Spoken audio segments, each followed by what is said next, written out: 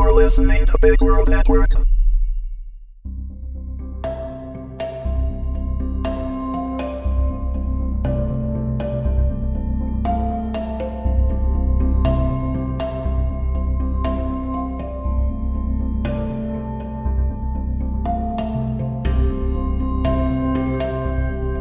Pathological Passion, written by Jared and Lisa Kwan, read by Wendy Herman. Episode 2. Elise gazed out of the glass elevator past her reflection as it raced for the 67th floor. One of the walls of the elevator displayed stock market information and morning news. She could see that the sun was not yet up and adjusted her black skirt and silk polka dot blouse. For a moment she let her mind race with the thoughts of the strange man she always felt compelled to kill in her dreams. However, like the Phantom of the Opera wearing his mask, she could only remember a small portion of the man's face. Elise shook off the notion and began to refocus. "Jarvis," she said as she made a selection on her Google glasses to open a new task. "Yes, ma'am," the warm English voice answered. "I've changed my mind.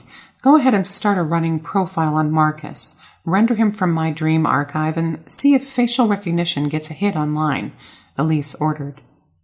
"Very good, ma'am. I will get started on this right away," Jarvis replied. "I estimate it will take a few hours if I use company resources, or 4 days as a background operation. Which would you prefer?" "Let's keep this minimal and off the records if possible," Elise said. "Yes, ma'am. I will see what I can do," Jarvis replied. Then on cue the doors parted to reveal the open floor plan of the spacious R&D department, where new inventions were just as likely to be worked on as perfecting old staples. Elise walked over to her large corner office, marked Vice President, Technology and Innovation, Elise Mary Mayweather. Her stylish heels echoing from the cool marbled floors as she passed the empty reception desks. The 2 glass office walls overlooking the massive city secretly made her a little queasy if she stared through them too long. It wasn't natural for humans to be standing more than 1,000 feet in the air. "Jarvis, 50% tint," she said. The glass windows tinted to the request, giving them a sunglasses appearance to lessen the clear view of the city so far below. She slipped off her Google glasses and sat them down in their docking station on her large oak desk. She glanced around at her mostly empty office, then reached for her touchscreen to select the conference button. "Is everyone ready, or do we need a few minutes more?" Elise asked. "We are ready," a voice answered. "Excellent," she replied. Then in one swift motion, she stood up and picked up a small camera tracking device from her desk. As she moved, her touchscreen projected the image of several others tuning in to the meeting remotely, appearing as semi-transparent squares, displaying each person's face above her desk. "Let's talk about what is on the agenda for today." "Yes, as per the agenda sent to you, we need to talk about moving Project Indigo back by 2 quarters, said the executive project manager, Tim Johnson. "Come on, Tim, I expect better results from you. We have already doubled the number of employees on the project, not to mention increased the budget on this twice," Elise said with mild irritation. "Give it to me straight. As of this moment, at what % of completion is this project?" "It isn't that simple when dealing with R&D, Tim started to explain. "Save the speeches. I know exactly what dealing with R&D means. Now, are we going to have a viable product in 2 quarters to show the board, or are you going to be requesting more resources and time?" Elise asked. "At this point, we cannot guarantee viable product in 2 quarters. The project manager replied tightly. Elise rubbed her head lightly as she looked at each of the faces projected above her desk. 2 questions. Why are we so far out, and what will it take to finish this up on schedule? "We need at least 2 more people and another 100,000, Tim replied. "As to why we are so far out, I will have the lead tech explain." A short, slender woman with brown hair cleared her throat, and Elise's attention moved to the woman's screen. 2 weeks ago, we had a containment breach on our most advanced version of the product, and it was redistributed and lost, said the lead project tech, Sandra. "Excuse me?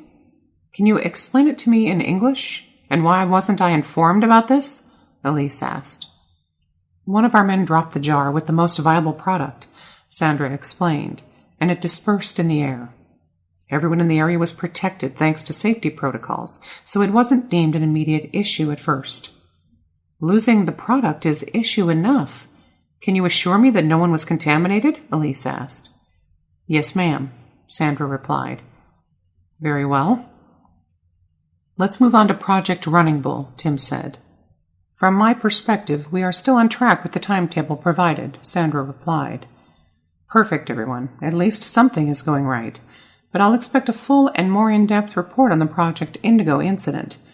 Thank you for your time, Elise said in closing. Sorry, ma'am, there is one last item on the agenda, Tim replied. Oh, yes, the interns, Elise said.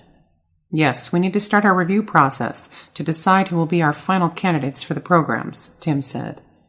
Unnecessary evil. Let's arrange a review and a meet and greet and get this over with, Elise said with a sigh. How many candidates do we have? There are 150 in the intern program. There are 25 interested in our department, but we have to review 35 per company policy, Tim replied. Very good. I trust your selection. Set it up for tomorrow. Thank you, the others on the conference call replied in unison, and their images faded. Elise put the camera tracking device back on her desk and sat down. For a moment she paused as she tried desperately to remember the face of the person from her dreams. You look distracted, Elise's friend and fellow vice president for the company, Jenny, said from the doorway. That is no joke. I keep thinking about this dream I had last night, Elise said as Jenny entered fully. Is that weird? I don't know. What happened in your dream? Jenny asked. Never mind, it's silly, Elise responded. Elise, we have worked together for 8 years now. We were made vice presidents at the same time. You can tell me, Jenny said. Don't laugh. In the past week I have seen the same guy repeatedly in my dreams, and I kill him every time, Elise replied. That's not silly. I do that often to my ex-husband in my dreams, and to be honest, I just thought about it again, Jenny said with a smile. Not quite the same. I don't know who the guy in my dream is, and I can't remember what he looks like when I'm awake. I just know it's the same guy. Elise rested her head on the back of her wrist. Look, it's probably just the stress. You have more projects running than anyone else right now, on top of chairing 2 internal committees and running a whole division of the largest internet company in the world, Jenny said as she sat down in one of the 2 leather chairs next to the desk. You're probably right, Elise said, slouching down in her chair. How are things going on the home front? You mentioned your sister got a job with the State Department last time we talked. She's doing well there so far. Now if she could just find herself a good man, Elise said. I thought your sister was married, Jenny inquired. Yes, to a waste of space, Elise didn't say. She is, to Jimmy. He's a professional gamer.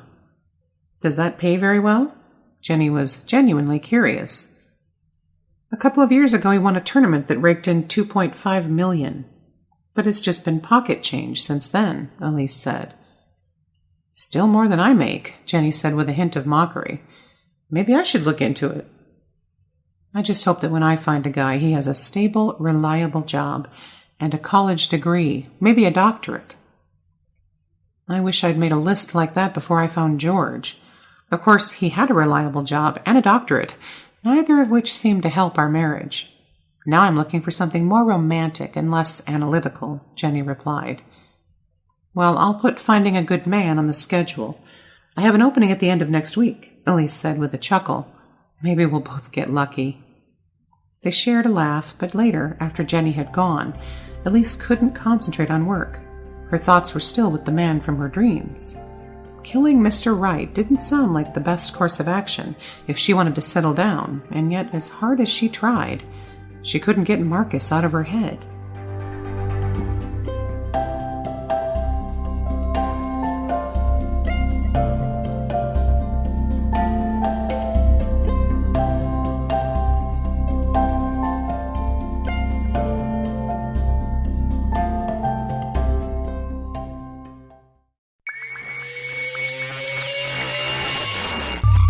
You're listening to Big World Network. Music by Kevin MacLeod.